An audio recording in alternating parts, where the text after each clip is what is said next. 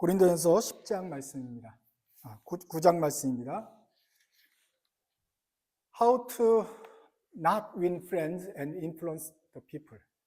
친구를 잃고 영향력을 끼치지 않는 비결이라는 문장을 먼저 생각하면서 시작하겠습니다. 이거 누가 쓴 좋은 책인데 어떻게 친구를 얻고 영향력을 끼치는가 하는 책을 제목을 바꾼 것입니다. 어떻게 하면 친구를 잃을 수 있는가 하는 문제인데 한번 사진 한번 보시죠. 중증외상센터 보시면 이런 장면이 많이 나오죠. 뭐 하는지 아시죠? 수술대에 들어가기 전에 의사는 장갑을 끼지 않습니다. 옆에서 간호사가 끼워줍니다. 그렇게 해야 이 병균이 장갑에 손에 닿는 최소한 적어지기 때문입니다. 그러고 나서는 손을 이렇게 든 상태로 가서 환자에게 가는 것입니다. 그 전까지 어떠한 것이라도 만지면 바이러스가 묻게 될 위험이 있고 결국 환자의 목숨을 빼앗아 간다는 것을 불과 우리가 200년도 채 안 되기 전에 겨우 인간은 깨달았고 그 뒤부터는 이렇게 손을 씻게 되었습니다. 바이러스로부터 격리해야 깨끗해진다라는 것이 생각입니다. 다음 장면 보시죠. 비슷한 장면을 제가 예루살렘에 갔을 때 본 적이 있습니다. 예루살렘은 크게 4구역으로 나눠져 있습니다. 예루살렘 현재시는 정치적 상황에 따라서 유대인만 살 수도 없고 이슬람 세력만 살 수도 없고 그렇습니다. 모든 사람들의 성지이기 때문에 정치적으로 4군데를 나눴습니다. 유대인들이 사는 구역, 이슬람 사람들이 사는 구역, 그다음에 동방 종교의 사람들이 사는 구역, 개신교 사람들이 사는 구역, 4구역으로 나눠져 있습니다. 그리고 그 중간에 어딘가에가 예수님의 무덤도 있고 여러 가지 유적들도 있습니다. 그래서 예루살렘은 온 관광객으로 번화한 도시입니다. 4구역으로 나눠졌기 때문에 사람들이 생활을 자기네 구역에서만 할 수 있는 것이 아닙니다. 시장을 가려면 어차피 다른 나라 사람 구역을 가야 됩니다. 그런데 이런 장면이 예루살렘에서 흔히 볼 수 있는 장면입니다. 제가 직접 찍을 수는 없었습니다. 하도 순식간에 일어나는 일이기 때문에 그렇습니다. 뭐가 보이시죠? 무슬림이 걷고 있습니다. 거기에 유대인이 또 그 뒤를 지나치고 있습니다. 누가 발이 더 넓게 펴졌습니까? 누가 더 빨리 가고 있는 것 같습니까? 시속 5km, 6km 이상으로 갑니다. 그걸 제가 보면서 사진을 못 찍었다니까요. 이런 일가족들이 지나가더라도 유대인들은 우리들 관광객들을 지나쳐서 슉슉슉슉 지나갑니다. 그래서 제가 그 다음 사진을 만들어냈습니다. 이 사진을 표현하는 방법, 그 사람들이 지나가고 나면 바람이 느껴집니다. 휙 하고 느껴집니다. 어느새 이분들이 가면서 혹시라도 다른 민족에 있는 경계를 넘어가야 될 때도 있고 또 온갖 이방인들이 많이 와서 거기 예루살렘을 진치고 있기 때문에 사진을 들고 찍고 하는데 이 동양에서 온 사람이 개를 먹는지 돼지를 먹는지 알 수도 없잖아요. 이런 부정한 사람들이 옆에서 횡행하고 있는데 유대인들이 생활을 하지 않을 수는 없으니 지나는 간다. 지나는 갈되 랍비의 말입니다. 어쩔 수 없이 지나는 가지만 갈 때 머무르지 말고 인사하지 말고 웬만하면 접촉을 최소한하여 중증외상센터 수술실에 들어간 사람들처럼 이렇게 묻지 않게 살살 가라. 아니 살살 가는 게 쌩 가라. 그래서 그 말씀에 따라서 정통 유대인들은 휭 소리가 보이는 것처럼 우리를 쌩 까고 갑니다. 이게 내가 느끼는 기분이 그래요. 그분들이 신기하네, 저렇게 가기도 하네, 진짜 랍비의 말대로 사네. 휭 소리가 들리는 것 같은데 마음속으로는 쌩이라고 들려요. 무슨 말이냐면 제가 재수가 있어요, 없어요? 재수 없네라는 느낌이 들어요. 의사들이 이렇게 할 때는 고맙네라는 생각이 드는데 유대인들이 묻지 않게 가면은 그래 내가 바이러스라는 거냐? 아무도 그렇게 말하지 않아요. 근데 내가 느끼면 내가 바이러스처럼 느껴져요. 쌩 가기 때문에 그래요. 그나마 우리는 날 거예요. 무슬림 사이로 갈 때는 더 묻지 않게 가겠지요. 우리는 크리스찬 구역에서 믿음 좋은 사람들하고만 살고 싶습니다. 하지만 세상에 나가서 시장에 갈 때는 우리도 역시 이방인들과 다른 사람들과 길에서 마주쳐야만 합니다. 그런데 우리는 이 사진처럼 우리도 쌩, 휭 가고 있습니까? 그렇게 해서 우리가 사람들한테 자기도 모르게 재수없게 느껴지는 것을 전달하고 있는 것은 아닙니까? 아니면 혹시 이렇게 의사 선생님처럼 이렇게 똑같은 개념이지만 그래도 고맙네, 최선을 다해주는 모습이 감동적이네 하는 모습을 보여주는 것입니까? 다음 사진 보시죠. 고린도전서 말씀이 이제 세상 자랑하지 말고 사람 일 자랑하라, 교회 안부터 청소하라, 형제 고발해서 이길 욕심 버리고 경쟁하지 마라, 그리고 거룩과 속됨, 이렇게 구별되는 것이 세상 진리이지만, 세상 상식이지만, 그리스 지방의 풍습이지만 너네들은 그게 아니다. 하나님을 믿으면서 비본질적인 것에 너무 얽매이지 말고 배려하면서 살아라, 그렇게 말을 했고, 오늘 9장에서는 경건하게 사는 법에 대해서 말할 것입니다. 고린도인이여, 너희들은 온갖 이상에게 절하는 그런 그리스 문화에 살고 있지만 너희들이 그 하나님을 믿는다고 하면서 어떻게 경건하게 살아야 될 것인가 하는 데에서 너무나 고민이 많은 줄 아니, 이제 내가 어떻게 살아야 되는지 보여주겠다 하는 문제를 다루고 있습니다. 보시죠. 한번 우리 9장 1절부터 읽어보겠습니다. 내가 자유인이 아니냐, 사도가 아니냐, 예수 우리 주를 보지 못하였느냐, 주 안에서 행한 나의 일이 너희가 아니냐.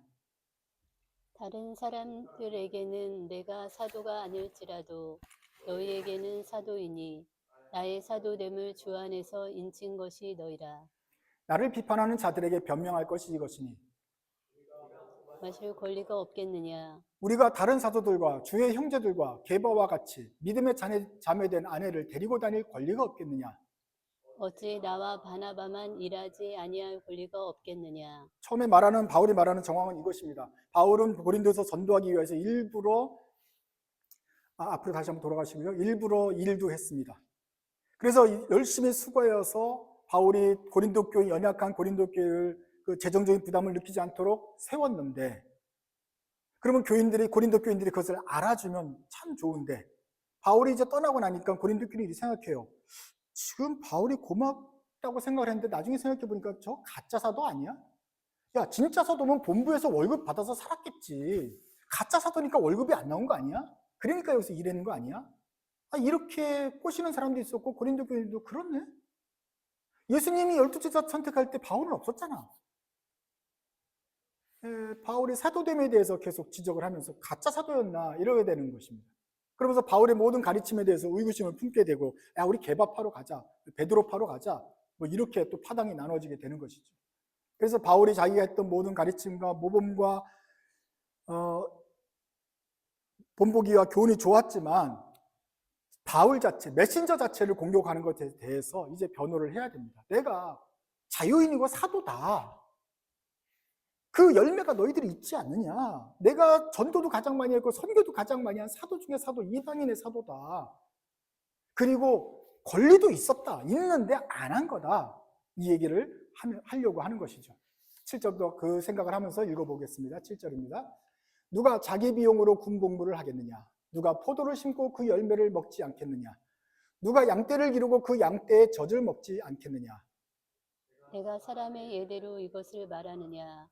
율법도 이것을 말하지 아니하느냐. 모세의 율법에 곡식을 밟아 떠는 소에게 망을 씌우지 말라 기록하였으니 하나님께서 어찌 소들을 위하여 염려하시느냐.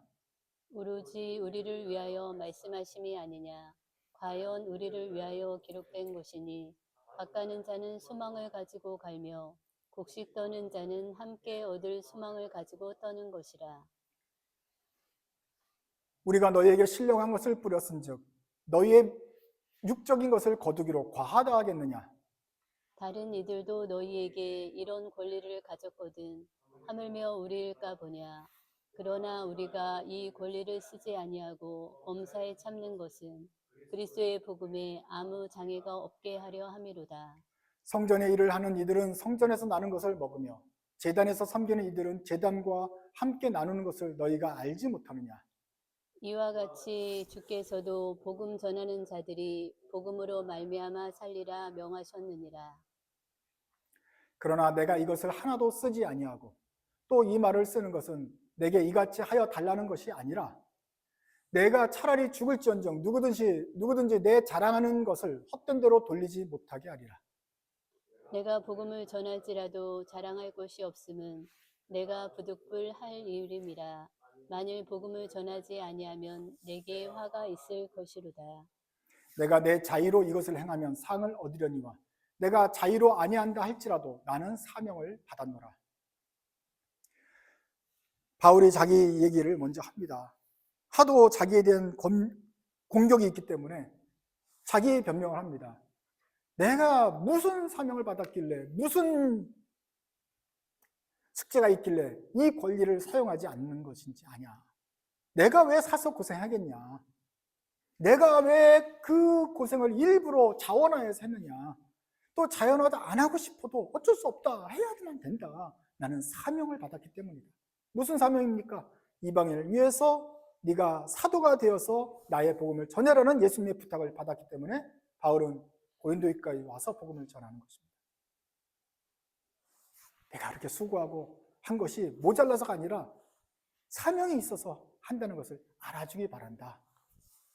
바울이 말하고 있습니다. 계속하죠. 그런즉 내 상이 무엇이냐? 내가 복음을 전할 때 값없이 전하고 복음으로 말미암아 내게 있는 권리를 다 쓰지 아니하는 이것이로다. 여기서 복음을 전할 때 값없이 전하고라는 말은 돈을 받지 않고 프리로 전했다는 것이에요. 그저 섬기면서 전했다는 것이에요. 다시 한번 읽어보겠습니다. 18절입니다. 그런즉 내 상이 무엇이냐? 내가 복음을 전할 때 값없이 전하고 복음으로 말미암아 내게 있는 권리를 다 사용하지 않는 이것이로다. 19절. 내가 모든 사람에게서 자유로우나 스스로 모든 사람에게 종이 된 것은 더 많은 사람을 얻고자 함이라. 유대인들에게 내가 유대인과 같이 된 것은 유대인들을 얻고자 하며 율법 아래에 있는 자들에게는 내가 율법 아래에 있지 아니하나 율법 아래에 있는 자들 같이 된 것은 율법 아래에 있는 자들을 얻고자 하며. 율법 없는 자에게는 내가 하나님께는 율법 없는 자가 아니요 도리어 그리스도의 율법 아래에 있는 자이나 율법 없는 자와 같이 된 것은 율법 없는 자들을 얻고자 함이라. 약한 자들에게 내가 약한 자와 같이 된 것은 약한 자들을 얻고자 하며 내가 여러 사람에게 여러 모습이 된 것은 아무쪼록 몇 사람이라도 구원하고자 함이니. 내가 복음을 위하여 모든 것을 행함은 복음에 참여하고자 함이라. 운동장에서 다름질하는 자들이 다 달릴지라도 오직 상을 받는 사람은 한 사람인 줄을 너희가 알지 못하느냐. 너희도 상을 받도록 이와 같이 다름질하라. 이기기를 다투는 자마다 모든 일에 절제하나니 그들은 썩을 승리자의 관을 얻고자 하되 우리는 썩지 아니할 것을 얻고자 하노라.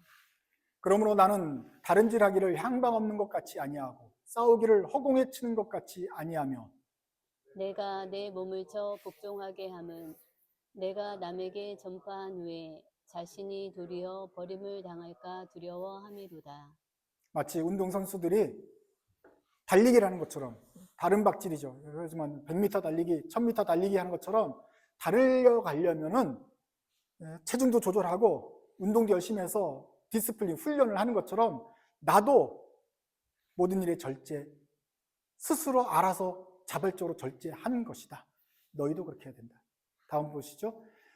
자, 9장을 요약하면 이것입니다. 나도 다른 사도들처럼 편하게 할 수 있었지만 혼자 다니면서 스스로 일하면서 자기 같은 문화 속에 살지 않고 너희들까지 다른 나라, 다른 문화에 와서 이방인 속에서 사는 것 했던 이유는 약한 자와 같이 되었던 것은 그 중에 몇 사람이라도 구원을 하려고 했던 선교의 목적이 있었기 때문이다. 이것 때문에 마치 선수들이 절제하듯이 나도 절제했던 것이다. 그러면 너희도 나와처럼 절제해야 되지 않겠냐. 이것이 9장의 내용일 것입니다. 다음 보시죠.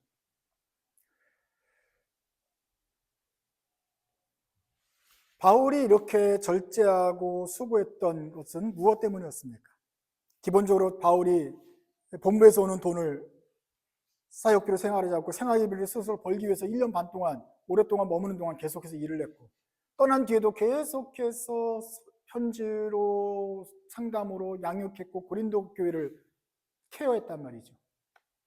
누가 시키지도 않았는데, 아니, 누가 시켰죠? 예수님밖에 사람이 시키지 않았지만 예수님이 시킨 것 가지고 그것 때문에 이 이방인 같은 세상 문화에 완전히 쩌들어 있는 이 고린도 타락한 문명에 와가지고 이 사람들하고 실갱이를 하고 있습니다. 왜 이렇게 해야 되죠? 율법 없는 이 사람 중에 혹시 하나님의 구원을 얻을 사람이 있는지 이 사람 중에 몇 사람을 얻고자 함이라. 왜 이 약한 사람들 앞에 서 있습니까? 율법도 몰라. 자꾸 흔들려 성과 속을 자꾸 구분하면서 세상에 배운 대로 거룩한 것만 쫓아다니고 아직 개념도 없는 이 사람들은 약한 것이죠. 믿음도 없는 사람, 지식도 없는 사람들한테 와서 이 사람들하고 같이 눈높이를 맞춰서 말하는 것은 이 약한 자들 얻고자 합니다. 바울은 유대인 중에 유대인이고 바리새인 중에 바리새인이어서 정통 유대인 속에서 완벽한 그 율법의 에티켓을 따라서 지킬 수 있는 식사 예법을 알고 있지만 또 이방인 속에 와서 이방인처럼 먹고 이방인들의 풍습에 따라서 생활하게 한 것은 아무쪼록 몇 사람이라도 구원하고자 함이었다 하고 거듭해서 거듭 자기의 목적을 말하고 있습니다. 얻고자 함이었다. 여기서 바울의 모범을 볼 수 있습니다. 바울의 믿음에 대해서 여러분 알지만 바울의 삶을 보십시오. 바울의 어떤 삶을 보였습니까? 무슨 사명을 그가 받았길래 왜 권리를 사용하지 않고 왜 사서 이렇게 고생했는가? 몸고생뿐만 아니라 마음고생이에요. 다른 문화에 가서 이 약하고 연약하고 율법을 잘 모르지만 그래도 하나님의 구원을 받았다고 예수 그리스도를 사모해서 모인 백성들과 함께 그 문화에 들어가서 사는 것 자체가 정통 유대인인 바울에게는 고생인데 바울은 직접 와서 그렇게 모범을 보였다. 바울을 참 존경할 만하지 않아요? 우리 선교사들 중에도 한국에 온 선교사들, 중국에 온 선교사들 중에도 두 부류가 있습니다. 어떤 사람들은 미국에서 와가지고 한국에다가 와서 미국식 주택을 지어요. 초가집으로 졌지만 하여간 방 안에는 괴종식이며 미국식 집을 짓고 하인을 둬가지고 소젖을 짜오게 해서 또 뭐 계란 후라이를 해가지고 미국식 컨티넨탈 블랙퍼스트를 먹어요. 그리고 옆집에는 선교관이고 다 선교사들끼리 모여서 미국식 사회처럼 그대로 살아가는 선교사들이 있어요. 그 사람들이 많았어요. 그 중에 몇몇은 미국식 옷과 서양식 제도를 버리고 한국 사람처럼 되어서 한국의 옷을 입고 한국인의 밥을 먹으면서 굉장히 힘들었겠지만 그러고 살았어요. 그분들이 생각했던 것은 물론 온 것 자체가 둘 다 다 감사한 일이지만 그래도 우리와 같이 되려고 했던 사람들에게 우리 백성들이 더 친근함을 느끼지 않았겠어요? 한국말도 배우고 그 노력을 해가면서 우리한테 복음을 한국말로 우리 모습처럼 되어서 들려주고 했던 선교사가 더 쉽게 우리 편이라고 느끼지 않았겠어요? 바울이 이런 모범을 따랐기 때문입니다. 근데 문제는 바울은 이걸 어디서 배웠겠습니까? 바울이 무슨 천재여가지고 무슨 선교의 천재여가지고 갑자기 자기 생각으로 이렇게 해야지 하면서 모범을 보이겠다라고 결심을 했습니까? 후세 사람들이 다 내 본을 받아라라고 보여주려고 바울이 이런 퍼포먼스를 한 것입니까? 어디서 바울은 이 모범을 배웠을까요? 다음 사진입니다. 어디서 배웠을까요? 네, 예수님께서 배운 것이죠. 예수님이 무슨 모범을 보이셨습니까? 우리가 믿고 고백하는 것은 예수님이 하나님이십니다. 높고 거룩하신 하나님이 조금의 흠도 없고 점도 없는 그 순결하신 분이 영원하시고 능력 많으신 분이 그리스 사람들의 시각에 의하면 이 더럽고 낮고 천하고 부정하고 불결한 땅에 거기서 사는 죄짓는 인간들을 왜 신경 쓰는가? 사랑하신다며. 하나님이 세상을 이처럼 사랑하신다며. 그래서 아들을까지 보내셔서 이 땅에 오게 하셨다. 예수님이 높은 곳에서 이 땅까지 내려오셨다. 아니 하늘은 높고 땅은 더러운 곳인데 이 세균이 많고 죄로 들끓는 이 세상에 주님이 직접 오시다니 그러면 때가 묻을 거 아니에요. 감염될 거 아니에요. 근데 주님이 직접 내려오셨어요. 어떻게 내려오셨습니까? 다음 보시죠. 이 사순절을 시작하면서 우리는 주님께서 이 땅에 내려오셔서 고난을 받으신 것을 기념을 하고 생각합니다. 주님께서 이 땅에 내려오셔서 우리와 같이 되신 것, 이 자체가 인카네이션, 성육신입니다.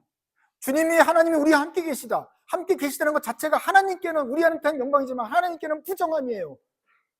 뭐 이런 하찮은 사람들하고 있어요. 강등입니다. 그런데 주님이 기꺼이 우리를 사랑하셔서 이 땅에 강등되어 내려오셨어요. 하나님의 영이 인간의 육체를 입었어요. 이게 성육신 아닙니까? 깨끗한 영이 더러운 육체를 입었단 말이에요. 고통을 모르는 완벽한 하나님이 인간의 죄와 억눌림과 피가 고통이, 그 아픔이 있는 이 인간의 육체를 입고 인간의 이 쓰레기 같은 인간 세상에 내려오셨다는 말이죠. 이게 성육신입니다. 우리는 감사하고 땡큐 하지만 하나님 입장에서는 너무나 큰 희생이 있는 거예요. 오실 필요가 없어요. 고고하게 살면 되는데 하나님은 우리를 사랑하셔서, 이 바이러스들을 사랑하셔서 내려오신 거예요. 이 세균들을 구원하려고. 그래서 선교학에서 제일 최초의 선교사는 바로 하나님이다 그래요. 예수님이 세상에 내려오신 것 자체가 미션을 하러 오신 거예요. 바울이 성육신을 가르치잖아요.